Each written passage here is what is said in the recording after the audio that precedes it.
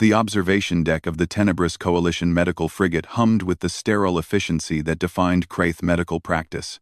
White light panels cast sharp shadows across surgical bays where the galaxy's finest physicians worked with precision instruments that could reconstruct organs at the cellular level.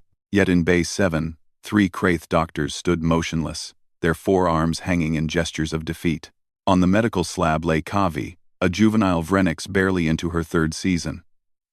The cub's silver-gray fur, normally lustrous and thick, had dulled to ash.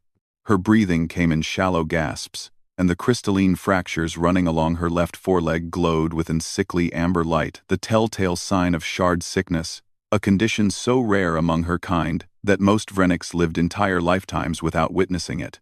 "The neural pathways are collapsing, Doctor." Venthar clicked through his translator, his primary arms gesturing helplessly at the holographic scans floating above Kavi's prone form. "We've tried every regenerative protocol in the Coalition database.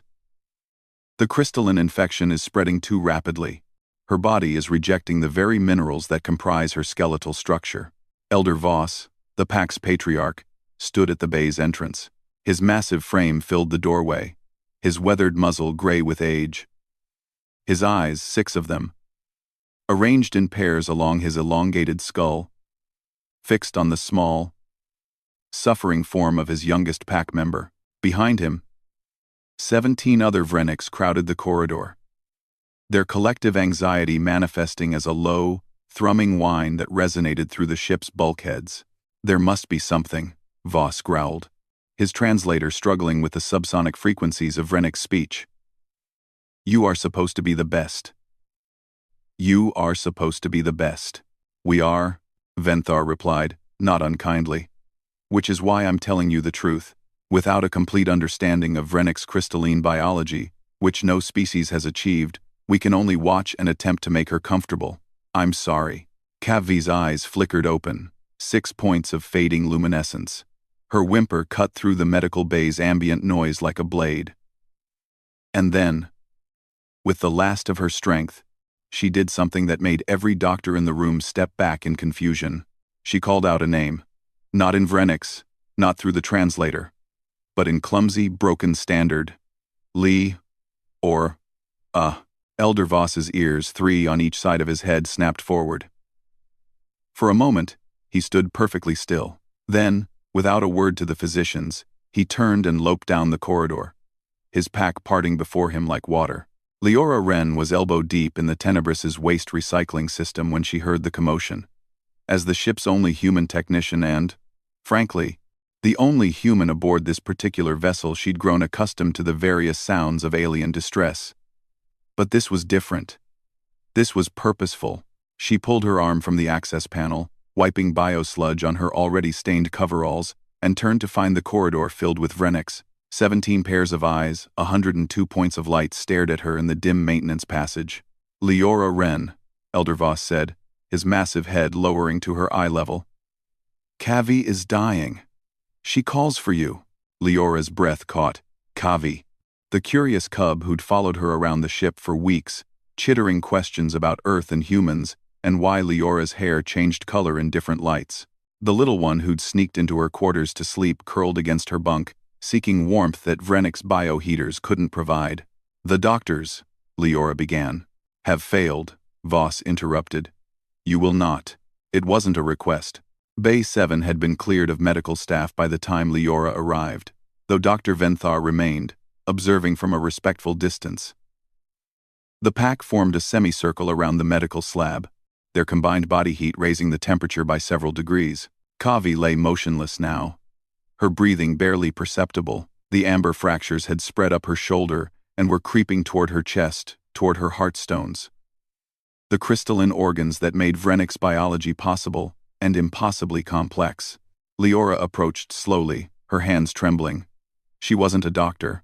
She was a maintenance tech who'd failed out of nursing school back on Earth because she couldn't handle the pressure. What could she possibly? Kavi's eyes opened. 6 points of light, dimmer now, but focusing on Leora with unmistakable recognition. A soft whimper. A plea, and Leora remembered.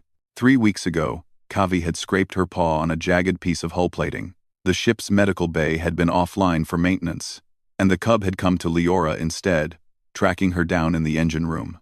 Leora had cleaned the wound with water, just water, nothing special, and wrapped it with a cloth bandage.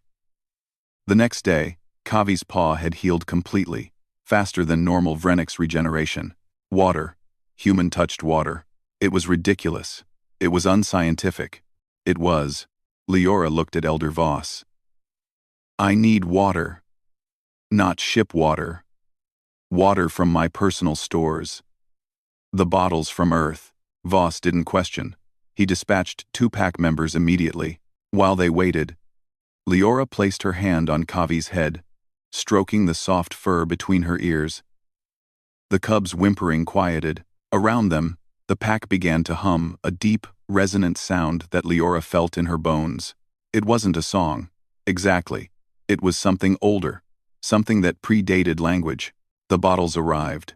Leora unscrewed one, hesitated for only a moment, then poured it directly onto the amber fractures. Dr. Venthar made a noise of protest, but Elder Voss silenced him with a glance. The water, carried across light years in a recycled plastic bottle, touched Kavi's infected crystalline structure.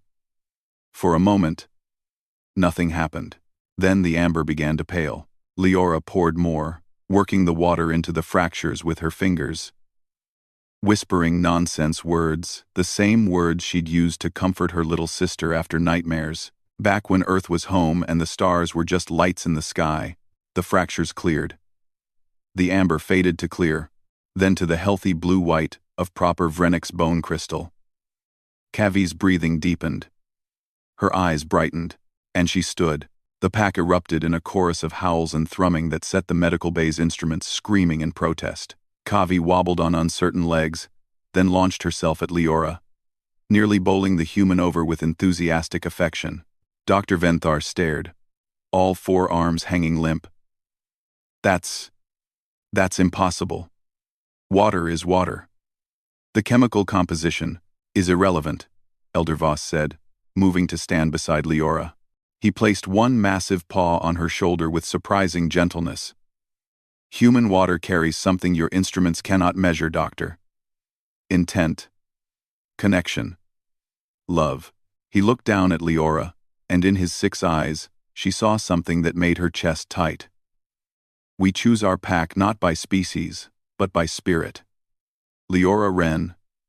You are pack, and when pack is wounded, pack heals. Leora buried her face in Kavi's fur, feeling the cub's purring vibration through her whole body.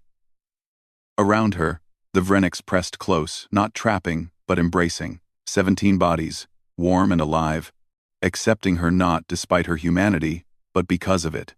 In the sterile perfection of the Coalition's finest medical frigate, surrounded by technology that could rebuild bodies at the molecular level, it was the simple touch of a human hand and water from a distant blue world that had saved a life. Because some things, the galaxy was learning, couldn't be quantified in databases or replicated in laboratories. Some things required a human,